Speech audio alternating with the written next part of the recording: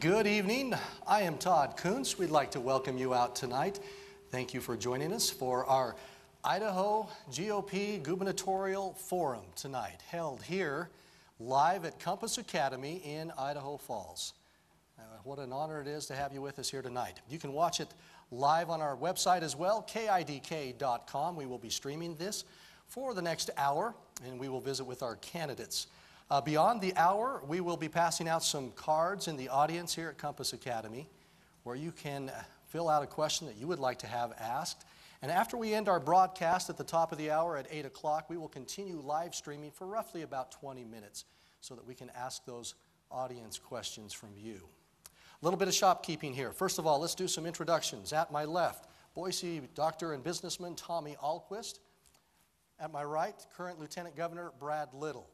I will go through the questions. We have roughly about, as I see them, 7 questions and a closing statement from each of you that have been compiled and prepared, drafted by the students at Compass Academy. There are some great questions from the student body. A couple of things. There are lights down here in the front. I will go through and ask the questions. You will have an opening statement, each one of you, for about 2 minutes. Each question's response, 2.5 minutes. You see the green, you have plenty of time. That means you're good to go. When it hits yellow, you have 20 seconds left of your 2 minutes and 30-second response time. Of course, once you hit red, your time is up. Okay? A couple other things. I mentioned the opening statement for 2 minutes. Each question, we'll go through that. You have a response for 2:30. And the closing statement, we will wrap that up, looks like at the top of the hour. We will end our broadcast and continue streaming. Any questions so far? Okay. I believe that is all our shopkeeping. Previously, before some of you got here, we had a coin toss. And if I'm not mistaken, Lieutenant Governor Brad Little, you won that toss. So we will defer to you and have you begin with your 2-minute opening statement. Well, thank you, Todd, and Compass Academy and the Chamber. Thanks for putting this on. My name is Brad Little. Our family, we farm and ranch in the Jim County area near Emmett, and that's been my career. As a rancher, I was selected by my peers many times into leadership, whether it was public lands, agricultural issues, business issues. That's what I did. And before I became in the Senate, the bulk of my Senate career, I was in legislative leadership, where I always served on the Resource Committee, where water issues and agriculture issues were always paramount. Since I've been Lieutenant Governor, obviously I preside over the Senate as Lieutenant Governor, but I do a lot of economic development. That's a job that the Governor has given me that I've done, and I've done a lot of it in this part of the state. I'm the co-chairman of the Leadership in Nuclear Energy Committee, along with Dr. Peters, the lab director. I chaired the Cyber Task Force. We're going to have a big grand opening of our new cyber building in Idaho Falls on Wednesday, and ask you all to come out. But a lot of economic development, whether it's adding value to our existing commodities or whether it's putting in new companies all over the state of Idaho. I look at all the decisions as governor through one lens, and that's how do we create the best possible opportunity for our children and grandchildren to stay here and for those that left to come back. I believe every decision that the governor has to make, you can look at through that one lens, and that's what I pledge to do if I'm your governor. Thank you very much. Okay. Lieutenant Governor, thank you for that. Tommy Ahlquist, your opening statement for 2 minutes. Well, first of all, I want to thank Compass for this opportunity and for the opportunity for us to get into the homes of the people of Eastern Idaho. This is a tremendous opportunity for us to lay out our vision for Idaho, our plan and the strategies that we'll bring into government. So thank you very much. Just a little bit about me for those who have never met me. I grew up on a small farm, came and played basketball here at Ricks College, and have still some of my best friends here on this side of the state from that team. I married my high school sweetheart, Shanna. We have 4 children, 2 older kids that played a really bad joke on us this year and both got married during this campaign. And then we have 2 younger children that we adopted, and they're 15 and 13, the loves of our life through the miracle of adoption. I would say that growing up on our family's farm, we were taught the principles of liberty. We were taught hard work. We were taught how to go after something and not expect handouts. We were taught that this is the greatest country in the history of this planet. That we have a constitution that is the God-given envy of every other nation in this world. I believe that Idaho embodies that constitution and those freedoms, that can-do spirit of free enterprise and small government. I've spent this last year touring companies and schools and talking to mayors and superintendents and talking about what they're doing for us. And I believe it's time in Idaho to have a government that works as hard as our people. I believe it's time in Idaho to put people above politics. And no matter where you live in this great state, no matter how big your town is or how small your company is, to have a governor that's representing you every single day and working as hard as you. I believe that I'm uniquely qualified because of my background in business and medicine, 18 years as an emergency room doc. So tonight, I hope that you can draw a contrast to our plans and vision for the state and what it looks like to have someone from the outside bring new ideas and fresh approach to build an even better Idaho. I hope I can earn your vote tonight. Okay, Tommy Ahlquist, thank you for that. Now we'll begin with the questions. And you will each be able to see the question in front of you, so you don't have to remember it. You will be able to visualize it and see it. I will run through the first couple questions here. Let's start with the economy. First question, and this question defers back to Lieutenant Governor Brad Little. According to a recent article in the Post-Register, annual wages and salaries for workers in Idaho grew by 5.3% in 2017, well above the national average of 3.1%. What are some specific ideas you have to maintain and promote more well-paying jobs in Idaho? 2 minutes and 30 seconds. Well, we are proud of the fact that Idaho leads the nation in income growth, though we have a long way to go. Our incomes traditionally in Idaho have always been on the lower end, but you're never going to get to the higher end if you don't lead the pack, and that's what Idaho does right now. To me, doing economic development, it's about just creating an atmosphere where the smallest entrepreneur or the biggest company can be successful. You do that with having the lightest possible hand of government in the day-to-day lives of the citizens, by having a tax system that's fair, simple, predictable, and competitive. And you do that by making sure that workers have money left in their pocket at the end of the year. And that's by driving the cost of health care down, which has not been our good fortune, as is the rest of the country, because of Obamacare. We have an executive order in Idaho. Idaho's going to lead the nation in lowering the cost of health care, and that's going to be very important, because for those businesses to be successful, they have to have quality, affordable health care for their citizens, but they also have to have ample opportunity to be successful. In the agricultural field where I come from, you have to add value to our products here in Idaho. Those commodities that we produce, they have to have a reliable source of good, clean, quality water, and you've got to have a freight system that can get our commodities out, whether it's to the export market or whether it's to the consumers all over the United States, and that means investments in infrastructure. Those are the pathway to further economic outcomes so that Idaho will continue to lead the nation in income growth. Okay. Thank you for that. You see the question in front of you, talking about the economy and well-paying jobs, maintaining and promoting them in the state of Idaho. Yeah, so I think the statistics will show that we have some growth, but we have a long ways to go. Going from 44th to 41st is not enough for Idaho. The status quo may be good enough for government, but it's not good enough for the families in Idaho. I love it when we talk about economic development, because that's what we've done in the real world, is developed and created those jobs. It starts with education, folks. We have got to get vocational education down into our high schools and connect Idaho kids to Idaho jobs. Education will be the foundation of a thriving economy to get our wages up in Idaho.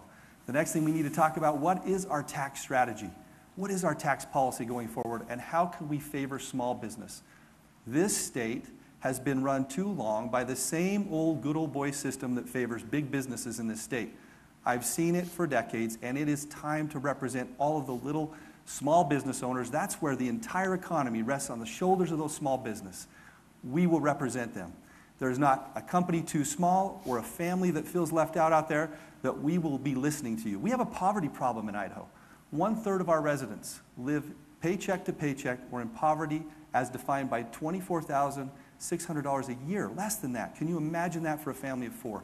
There's a lot of work to do. Starts with education, with tax policy, with looking out for regulations in every sector of the private market. But what I love about this topic is I've done it. I've done it in the real world for decades. Finally, on healthcare, we have got to reduce premiums. The joke has been on all of us too long because we've had politicians trying to fix a problem. There's too much big business in healthcare. We need to get back to delivering care at what it costs. I would ask every one of you at home tonight, think of the last 6 or 7 years in your life.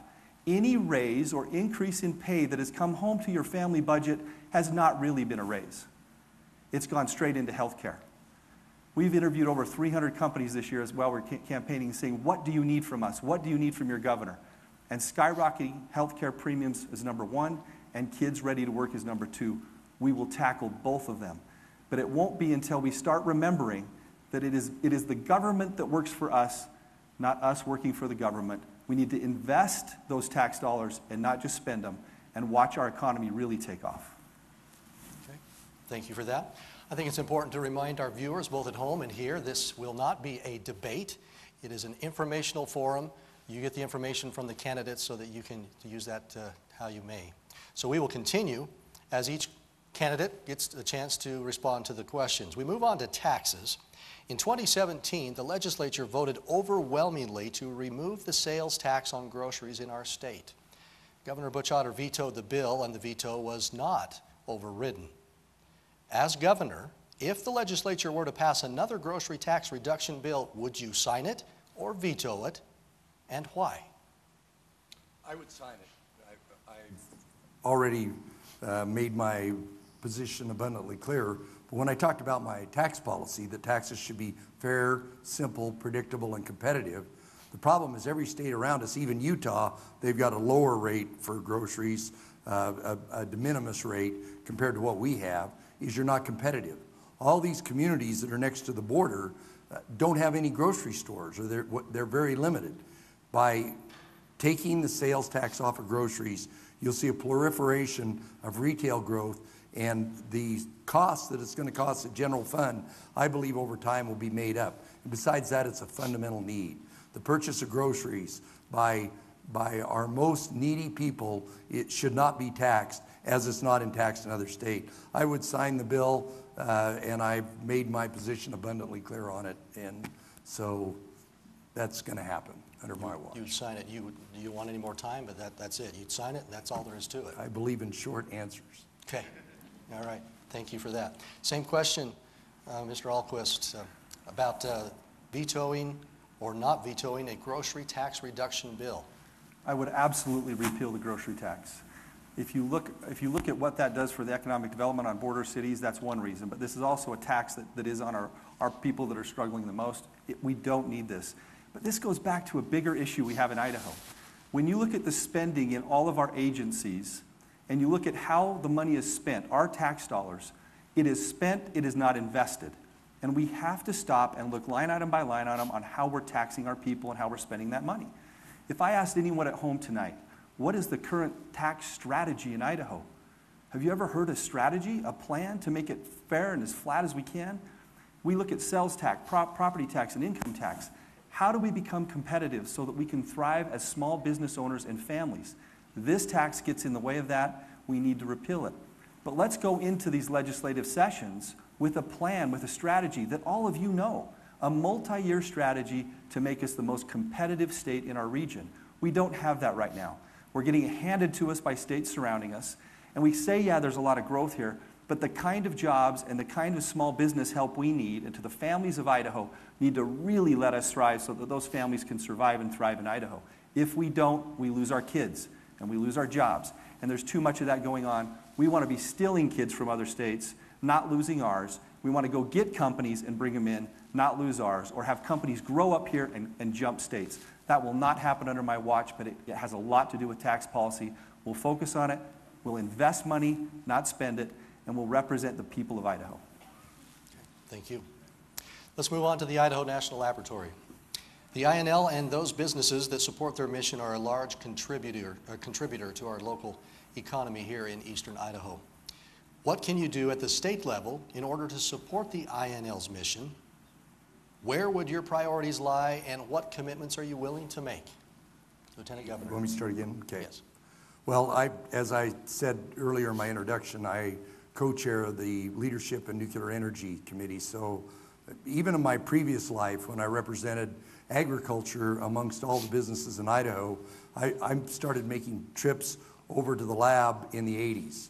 I think my first tour of the lab was in the 80s. What's going on there this week with the new cyber, the new supercomputer lab, is just a sample of the many things that people don't realize take place here. I have always been an advocate for the lab. As the chairman, I've moved line commission meetings out of Boise and moved them to Coeur d'Alene and Twin Falls. We're going to be in Arco next, which is quite attached to the lab. We're trying to spread the line commission around so we can talk about the message of all the incredible work that's being done here. This is the premier lab in the nation for nuclear research. The safety of all the facilities, the nuclear power facilities, is dependent upon the research that the professionals in this town do right out there. The new work they're doing in cybersecurity. I chaired the Governor's Cybersecurity Task Force, where we made recommendations predicated on the expertise that comes from Brent Stacy and the good people at the lab. That is going to be one of the most growing parts of what takes place right here in this facility. How we train utility operators from all over the United States, right here in Idaho Falls, to be on the cutting edge of preparing their utilities for eventual cyber attacks. Obviously, what we do in fuels, what we do in alternative areas, but most importantly right now is the SMR project, which we passed legislation this session that we had planned out ahead of time to make sure that we had the best possible tax environment to where that SMR project is awarded and started and done right here in Idaho Falls. It'll be a huge boon. Not only will we do the R&D, but we'll do the production for the SMRs right here in Idaho Falls. It'll be a great thing for the community, a great thing for the region, and a great thing for the United States of America and our energy security going forward. Okay, thank you for your response. Same question, what can you do at the state level in order to support the INL's mission? Where would your priorities lie, and what commitments are you willing to make? So I look at this lab, the INL, with what's going on out there, the research and innovation. It is the envy of every other state in this country, and it's right here in Idaho.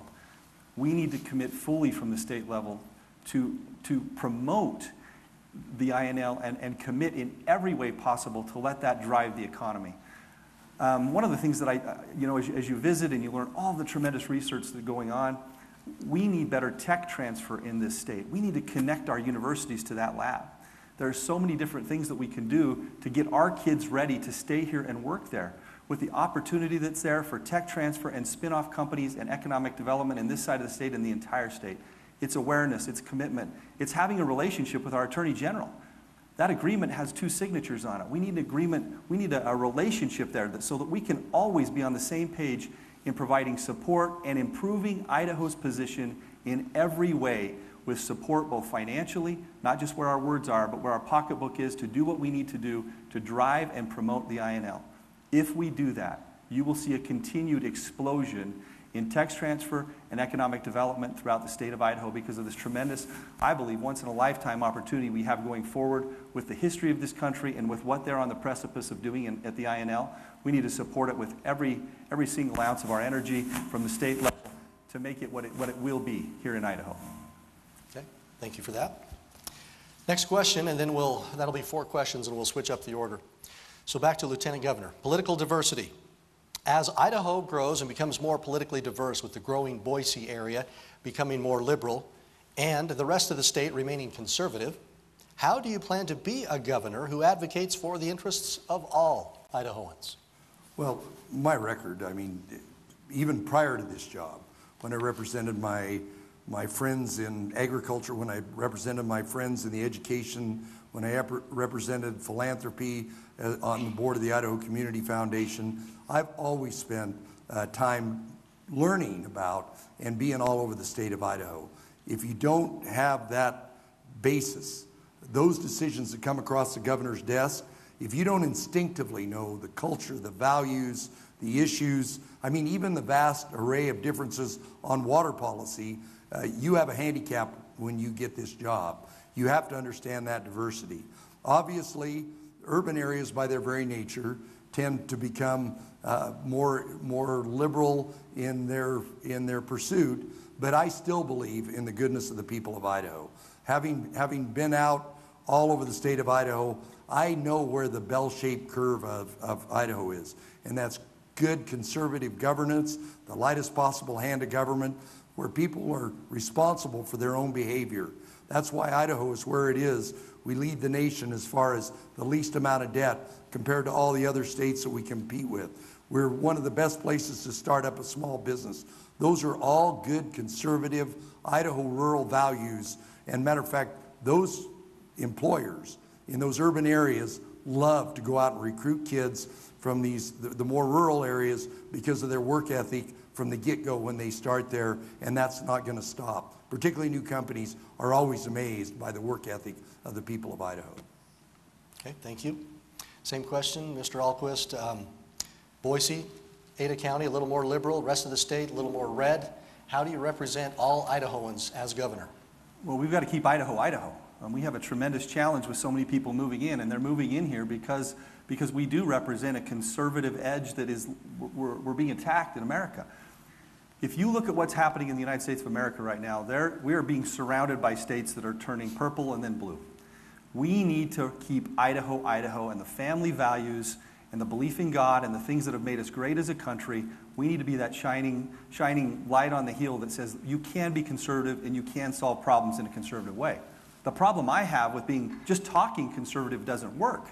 We've got to stop talking so much and actually have solutions to our problems in a conservative way. Take healthcare for an example. We can't just talk about conservative solutions and then let big business, big companies take advantage of the people of Idaho. That's not conservative. We can't talk about conservative in education and then be at the bottom of the barrel in almost every metric. We need conservative solutions that are as good as our people. And with those actions, we will stay conservative and keep Idaho, Idaho. We will continue to grow, and it's going to be important that we have the leadership that leads in a conservative way and shows that we can do that in a compassionate, conservative way. Yes, we'll listen to everybody, but let's keep Idaho, Idaho, and we'll do that with policies that reflect the values of our people. And we can't lose sight of that. It's happening all around us. If you look at what's happening in other states around us with the marijuana issue, you look at what's happening with gender identity around us, you look at what's happening with chasing out God, you look at what the attack from the liberal side on our guns. There are so many things going on right now in every state around us. Let's keep Idaho, Idaho. Let's solve our problems with conservative solutions and set an example for the rest of the United States. I know that if we fix healthcare in Idaho with conservative policies, we can be the envy of the rest of the United States. If we get transparency back into the system, if we can start paying attention to patients and costs of care, we can solve these problems conservatively and not more big business, not more big government. It's the exact same thing in education. You can take the word healthcare out and put education in. It's too much government overreach, it's too much big business and big government that's caused these problems. We'll fight back and make Idaho lead the nation in a conservative way. Okay, thank you for your response. That is 4 good questions, informative questions that you can use as you head to the polls next month. Let's reverse our order a little bit. We'll go back to Mr. Tommy Ahlquist, and we'll begin with education. The public schools budget was boosted by $100 million this year, yet many people feel that we are not spending enough on education in our state. Without increasing spending in the education, what can you do to improve the quality of our schools in Idaho? Mr. Ahlquist. So education, remember, is the foundation of our economy, and we've got to start getting it right. But one of the problems we have is 63 cents of every dollar, every one of our tax dollars goes towards education right now. It's not just money, it's leadership. We do not have clarity on what the goals are for our schools. And then we have way too much government overreach down into our schools. It's not just Common Core. It's No Child Left Behind, Common Core, and everything else. There are federal strings, but there are also state strings. Go home tonight and read Section 33 of the Idaho Code. But you better drink a Red Bull first because you'll fall asleep. It's long and it's thick and it's deep, and those are state strings attached to our teachers. Our teachers are underpaid, and we need to get more money to them. But we also need to free them up and let them teach our kids. I was able to tour a majority of our school districts this year and sit down and meet with superintendents and teachers and parents. Every one of them say the same thing. Please get out of our way and let us teach our kids. We have too much overreach. There's ways to let these kids learn. There's ways to connect vocational education and keep Idaho kids here for Idaho jobs. There are vocational programs around this state that are the envy of the rest of the world. We need to scale them and get them into every high school. When it comes to higher education, look at our enrollment, look at our tuition. That is not happening in other universities. We need our universities to be the connecting point between kids in Idaho and companies in Idaho. No more letting our kids go through these schools and leave our state. In fact, let's go out and find out what the companies need, these good companies that are dying for kids that are ready to work, and let's connect our universities to those companies. If we do that, you'll watch enrollment go up, you'll watch tuition come down, and we'll have a fighting chance of keeping our kids here in this state. People are fatigued. They're tired. They're tired of being last. They're tired of our kids leaving. There is no shortage of effort to fix this. There's a lot of people talking about it, but we need to modernize our education for a modern economy. We can do it. I promise you, within a few years, they'll be pointing to Idaho on how we've solved our education crisis. We can do it here. We can keep our kids here. It's possible. Please, please, please give us a chance to make that difference for our kids. Okay, thank you. Same question, Lieutenant Governor. Public schools budget boosted $100 million this year. Many feel that spending's not the answer. So without increasing spending in the state, how do we improve the quality of education in the state of Idaho? Well, Todd, there's actually quite a few things. Some of them are embedded into the current plan, and some of it needs to be instituted over the top of it. The first thing we need to do is tell our educators that they are professional educators and that we appreciate them. The days of this big conflict between the executive branch, the legislative branch, and the professionals in the classroom need to be over, and need to be over right away. I believe that we've made great progress just recently. The fact that these significant increases in funding have passed the legislature by almost a 90% plurality speaks to how the legislative branch is listening to the people about how important education is. As far as saving money, there's several things we can do. We've got a lot of local small school districts. We've got a lot of new charter districts. We've got a lot of higher education. In all three areas, we can consolidate backroom functions, whether they be career technical, whether they be special education, whether they be computers and technology. We've got all these technologies going in there. We can consolidate a lot of that, and that will be money that will accrue to the bottom line so we can pay our teachers the professional salary that they need to do so that we recruit kids out of college or before they go into college so they get into education. They know they'll have a career opportunity here. We got to continue to protect the Public Employee Retirement Fund because that's very important to teachers in the state of Idaho. Right now, our dual credit is the envy of most of the states, what we're doing in dual credit. We've got a program called Mastery, which my older teacher friends say actually that's the way we kind of used to do it. But it is being heralded as one of the best improvements we've got out there. We've got a lot of programs that are in the pipeline, but the last thing we needed to do is whipsaw educators back and forth so that there's a new program every year. They start teaching their kids in kindergarten and the first grade one way, and then there's a new program that comes out, and it's discouraging to the people in the classroom, and it's discouraging to the teachers, and we did a concrete plan going forward to continue to make that improvement. We'll have to continue to put more money into it, but we can make savings, significant savings, right now with the things we're doing. Okay, thank you. Let's continue a little bit with education, but on a more timely topic nationwide with the recent events and current events in the news. We'll talk school safety. Nationwide, there have been calls for increased school safety. This question goes to Mr. Tommy Ahlquist. As governor, what steps would you take to make sure Idaho schools are safe? You have 2 minutes and 30 seconds. Thank you. Well, first of all, no parent in this country should send their kid to school and worry about them coming home safe. We have a problem and a crisis in America, and I'm glad it's getting the attention that it's getting. We need to do more in Idaho. We're not immune for this. There are a lot of things we need to do. Mental health. I'll tell you, as an ER doctor, I spent 18 years. I've seen over 40,000 patients in the emergency room. I've taken care of multiple gunshot wounds, and there's tragedies when that happens. I've also taken care of people that are truly evil, that have gone to seek out locations where there is a gun-free zone to kill people. We have a world that we should be prepared for those people that are out there to do harm. We need more mental health. We need more awareness. There is hypocrisy in Hollywood. We've glamorized death and killing. And yet, what is the national media attacking guns? That is not the answer. That is not the answer for Idaho, and it's not the answer in the United States of America. One more gun law won't make a difference. What will make a difference in Idaho? We need to harden our schools. You shouldn't be able to just walk into a school. We should take advantage of technology so that we are able to get that awareness out there quickly for first responders. We should have armed resource officers at all of our schools to protect our kids. And then finally, I absolutely have no problem, when properly trained, with a program in place for those who want to have the training for our teachers to conceal carry. There are bad people in this country, need to be detoured. And if you look and you go around and interview, like I have, the schools that are doing that, they're the safest schools in Idaho. We need to do more. We need to protect our kids in this country. And we need to set the example here in Idaho on how to do that. This is a significant issue for us. This needs to be a priority because we're not immune, again, for what's going on.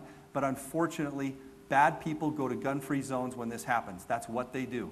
And we need to be very, very careful with the narrative that's going on in the United States of America, which is infringing on law-abiding citizens carrying a gun because of a lack of resources. If you look at what happened in Florida, which is the example, there is such a thing as missing a red flag. And then there's such a thing as missing hundreds of red flags. We need a system for awareness, for detection, and for making sure our kids are safe. We can do it here in Idaho. We can do it much better than we are, and we'll do it when I'm governor. Okay, if you may have missed it there, you mentioned concealed carry. I'll ask the same question, but you would arm teachers under? Absolutely, with the proper training and programs, and in concert with law enforcement. Okay, thank you. School safety, Lieutenant Governor, nationwide, calls for increased school safety. As governor, what steps would you take to make sure that Idaho schools are safe? And then I'll ask that follow-up question. Well, I agree 100% with Tommy about mental health. I think that's the tip of the spear. That's the most important thing, that we're identifying whether it's these kids that are at school or people outside, and we've got a program on mental health, but we've got to accelerate it substantially.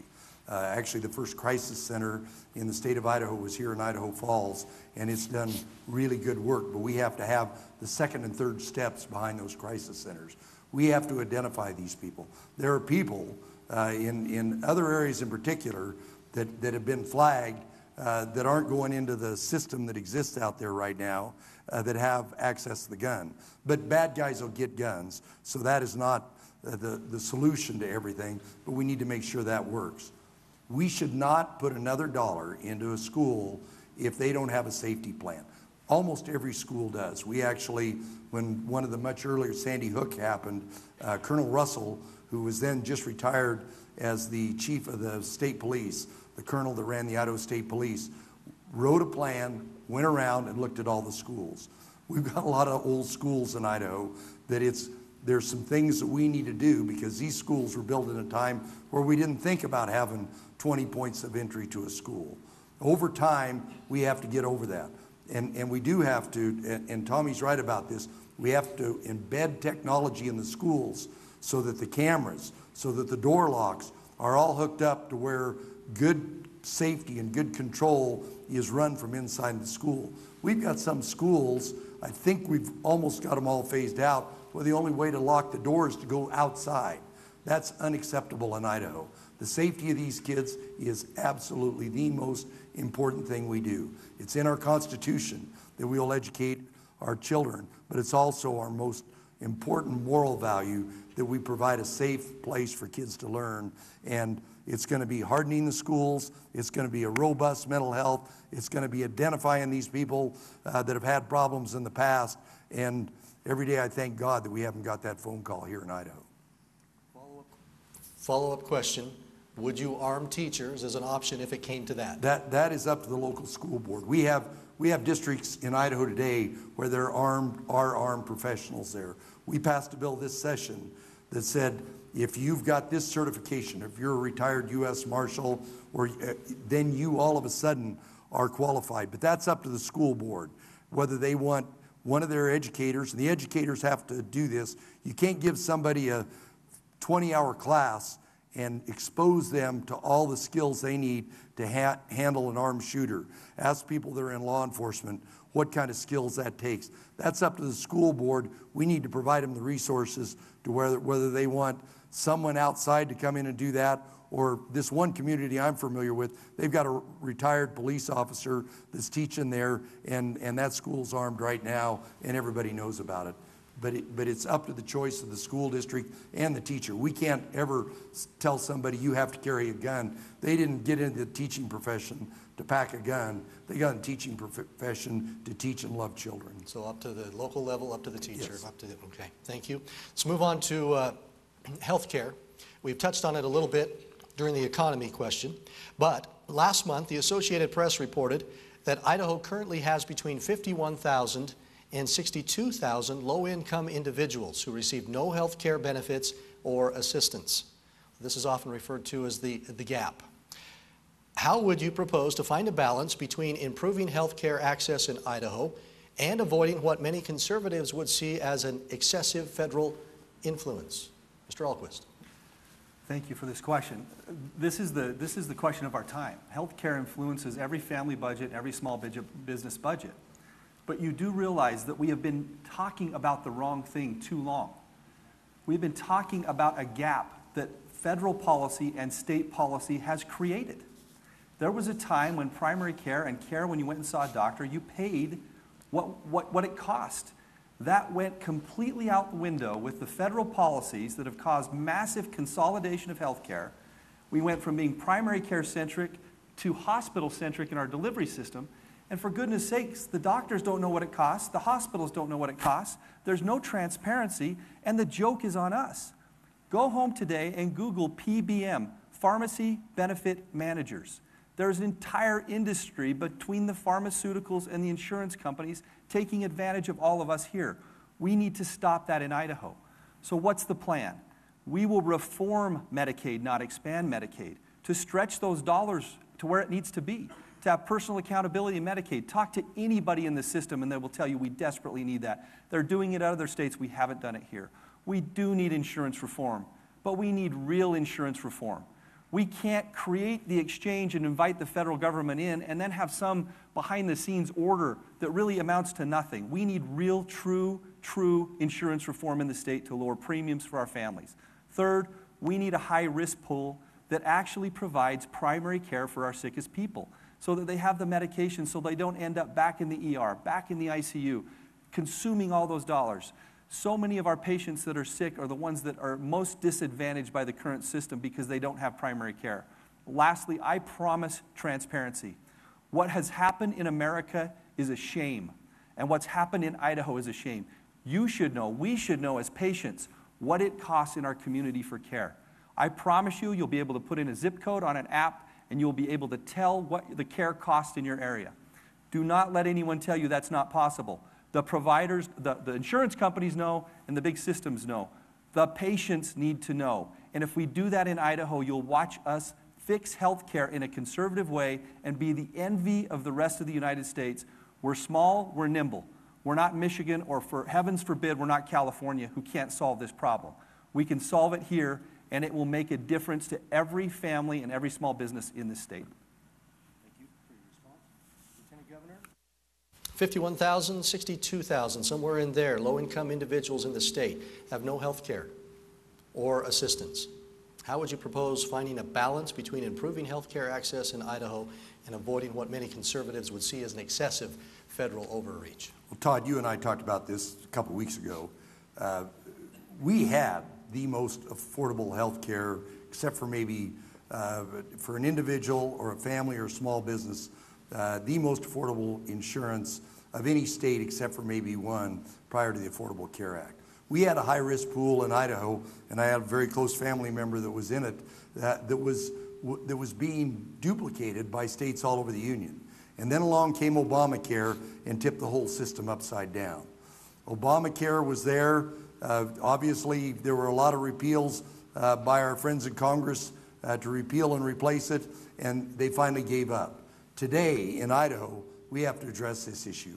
Even at the congressional level and even in the administration, they have almost come to the conclusion that they're not going to fix it. We have to fix it in the states. That's why I offered the executive order that once again, Idaho is going to lead the nation in lowering the cost of premiums, somewhere between 30 and 50%. We submitted that plan to the federal government. They had some issues with it. We're in negotiations today on getting that done. Believe me, almost every Republican state in the union, whether it's, they are all looking at what we're doing in Idaho to solve this problem. There's a lot of other things we need to do in healthcare, but that high-risk pool and insurance does not work if the young and healthy get out of it. If the only people that are in the insurance pool are the people that overutilize the resources, we've got a problem. The people in this gap that the question's about are there's a bunch of those people there that need to be managed. They've got chronic diseases that cost every hospital, every doctor, the county, bankruptcy court, a lot of services. We had a proposal 2 years ago and there was a proposal this year. Neither one of them got there, but I'm somewhat understanding because people are reluctant to take on this thing if we don't know what the federal government's going to do. We're about to the point where the federal government's going to say, you guys fix it. We've got a plan. We've got things we're going to do to get this fixed. Once again, Idaho will be the preferred place to buy health insurance of all the states in the union. Okay, thank you. We have about 20 minutes in this live broadcast on Channel 3 remaining, and then we will stream after the top of the hour. If they have not had a chance to fill out cards, they will be collecting those here shortly and doing that once again. So if you'd like to ask a question, look for those 3x5 cards. Let's continue with a couple alternate questions related to health care, related to the legislative session that wrapped up recently. We'll go back to Mr. Tommy Ahlquist. Earlier this year, a bill that would legalize CBD oil passed 59-11 in the House, but it stalled in committee in the Senate. Under what circumstances would you support the legislation of CBD oil in Idaho, or would you? So I think it's, are we on with the mic? Microphone? Is it working now? Nope. We may have had a microphone battery in live TV go dead. You know what I'm going to do? You can have mine. Oh, it's back on. There we go. I think it's back on. So let me be very clear on this answer. If there's ever a time when you look at putting politics above people, this would be it. I am 100% against the legalization of marijuana. No one, as spending it all the years I did in the ER, no one can tell me that that's good for us or our state or the families in Idaho. However, when you meet with these people, these families that have children, that have disorders that respond only to CBD oil, for those of you who are not aware, that's where they pull the THC, the hallucinogenic property out, and leave the CBD, which does not have any of those hallucinogenic properties. There are kids with refractory seizure disorders, epilepsy. That's the only thing that works. This bill and the failure of us to get this through just shows the lack of sometimes just common sense. It's language. Let's work with our law enforcement. They understand. Let's make sure we get language that works for them, but we've got to make CBD oil legal in this state for the good families that absolutely need it for their children. At the same time, it can't be the Trojan horse for legalized marijuana, and it won't be. But let's put people above politics. Let's get together. Let's get language that works, and let's get it through next session. Please, please, please, to help these families. When you meet with these families, it's so sad. It's the only thing that works for them. When they're hospitalized, you'll see several of them have to break the law essentially to bring it in. Now there is some confusion. The hemp plant, which does not have any THC in it, there are already oils being sold here in the state too. But we just need to clarify the language, work with law enforcement, get this through. This is not that hard. It simply points out a failure of leadership. Okay, thank you. CBD oil, do you pass legislation to okay it, or do you not? We actually have CBD oil available. 2 years ago, we put in a system for these epileptic children, and my heart goes out to them when you meet with them. You can't help but feel compassion for the problems they have. But we have a program It's looked at by all the other states as one of the lead programs where there's a product that's available. We know what the quality of it is, because that's part of the issue with this, is there's no guarantees. It says it'll be inspected by a lab. It doesn't say a certified lab, that bill that you're talking about, Todd. And we have a program today where there's quality controlled CBD oil available for these kids that have these epileptic seizures. We actually funded some more slots in it this year, so there are more slots available. Those slots are not full. If you have a child that qualifies for this, there's a program available. At the same time, the FDA is about ready to certify this product. That means it'll be quality controlled. It won't be a backdoor for recreational marijuana. The issue about the police, it'll be quality controlled, and we'll know what the product is, and it'll still take care of that problem. We're going to know by June the availability of this program, what the FDA certification, and with any luck, this program will be available much more widely. The other states that haven't gone to medical marijuana are looking at what we're doing in Idaho right today. Okay. Thank you. Let's go to this question. Recent U.S. Census Bureau data shows that Idaho has the fastest growing population in any state in the country. Budget surpluses as a result of this historic growth should continue in the near future. Will your budget for the upcoming year offer additional tax relief to Idaho families and businesses? If so, what would this tax relief look like? That's a great question. You know, if you look at our growth and the projected surpluses we have, as a guy who actually pays a lot of taxes, I want as much of that money in my pockets and my employee pockets as I can. It has been alarming, is probably the right word. When you look through all of our agencies and actually write a business plan for those agencies and ask the question, who's the customer, how are they being treated, and what's happening with the 10-year budget, I promise you there is so much wasted money in our state government. If you look at how much our state government is growing in spending, just go back a few years ago, we need to stop the spending. We need to keep as much of that money into the pockets of the people that are paying those taxes, and we can still fund the growth that we have. I've made a promise to find $100 million in the first 100 days. We will find that easily in wasted spending. We need to invest dollars in infrastructure, we need to invest dollars into education, and we need to stop wasting money. If you spend the time that I have looking at spending in these departments, what happens at the end of a fiscal year if you don't spend every single dollar if you're an agency? You lose it.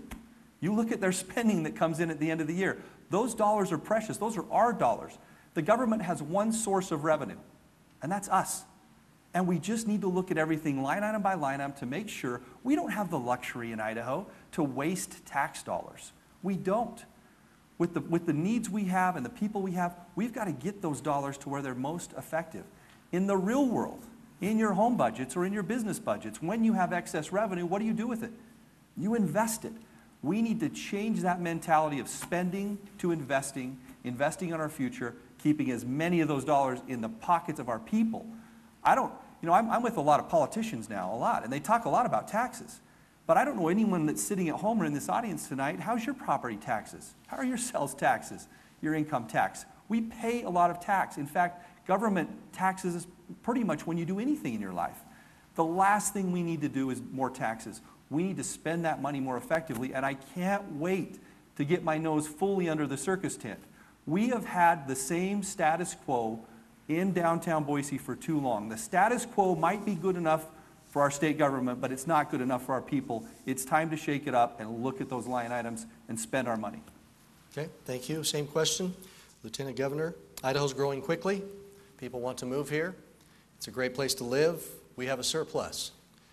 Will your budget for the upcoming year offer additional tax relief to Idaho families and businesses? If so, what would this tax relief look like? Yes. I have a plan. I've had it out for a long time. My plan talks about cutting income tax $350 million. Talks about repealing the grocery tax. It talked about lowering the payroll tax, which we've already got done this session, which will put $115 million over 3 years into the pockets of businesses that were paying too much payroll tax before. It will take personal property tax and allow that to be capped at $250,000. And finally, it will make a system to where any new tax that comes on has to any new tax exemption. I will insist that if the legislature brings a tax exemption, there has to be a proportional cut so that the tax exemption doesn't lower our base. But all of that is under the guise that we have to continue to invest in education, that we can't do a knee-jerk meat axe cut to that revenue because we have commitments to education that we have to meet. But today, we're doing both. Over the last 2 years, our revenue in Idaho has gone up $440 million. We put half of that money into tax relief this year, and the other half of it, most of it went to education, and quite a bit of it is going to go into our state rainy day fund. So the next time there's a slowdown, we don't have to increase taxes. Okay. I think we will have time for one more question, and then we'll defer to our closing comments, give you each a chance to close things up. We will end our live broadcast and continue for about 15 to 20 minutes with your questions from the audience streaming on our website. Simple question here. Let's go back to Mr. Ahlquist. Pick a topic or an issue that is important to you that your campaign identifies. That's your topic. That says your campaign. That's like picking your favorite child. There's so many things to do. I think for me, it's the triad of healthcare, small business development, and education. Those three, you've got to pay attention to all three. That creates the economic environment for things to really go. One of the things we haven't talked about tonight is just ethics. Ethics in government. You know, in medical school, you took a class. It was called medical ethics. We don't talk about ethics enough. When we rank Idaho in medical ethics and transparency, we're at the bottom. We need financial disclosures of our elected officials. Why wouldn't we have them to describe what the potential conflicts of interest are on decisions being made? We need term limits for state elected positions. I promise you 8 years will be long enough for me or anyone else that takes this position, and if you don't, you're there too long. You stop paying attention to budgets and you get too many friends, and cronyism creeps in on everybody, let alone when you've got systems and people that have been in line for decades. We need term limits at this state. The voters have spoken, and then when you get into the budgets and start looking at what happens in this state, we need turnover. After I'm there 8 years, I'll need to move on and let someone else come in. It's what our forefathers envisioned. They didn't envision this thing staying the same forever. Ethics will be important to us, but then getting back to the big three, it will be healthcare. Let's solve it. Let's get relief to our families and our small businesses. It's education. Let's make that the foundation of everything we do.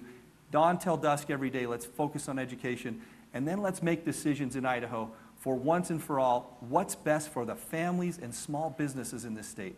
If we do that, you'll watch our economy go, you'll watch our wages go up, and we'll be able to do the things we need to do to take advantage of the opportunity we have with the great state that we have here. Okay, thank you. Last question before we get to the closing remarks.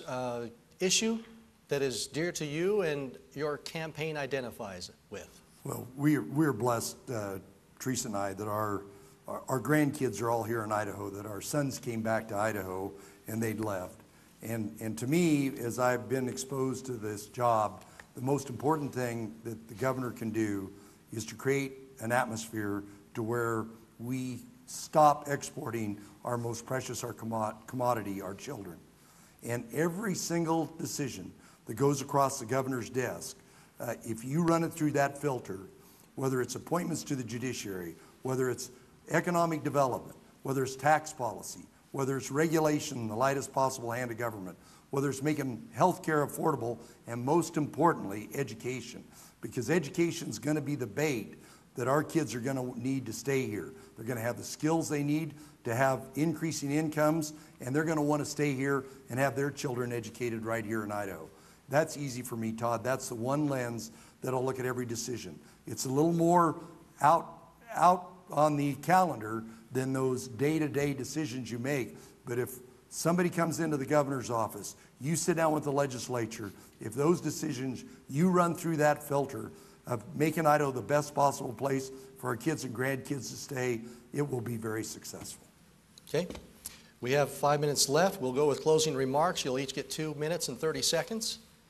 They will time you there at the end. I will lead you into your closing remarks with one final question, and you can answer it and then close. In each of your campaign's websites, you all use the word conservative to describe yourself and your vision for Idaho. In terms of your campaign, because you started, we'll end with Mr. Ahlquist. In terms of your campaign, Tommy Ahlquist, what does it mean to be a conservative, and then your closing remarks?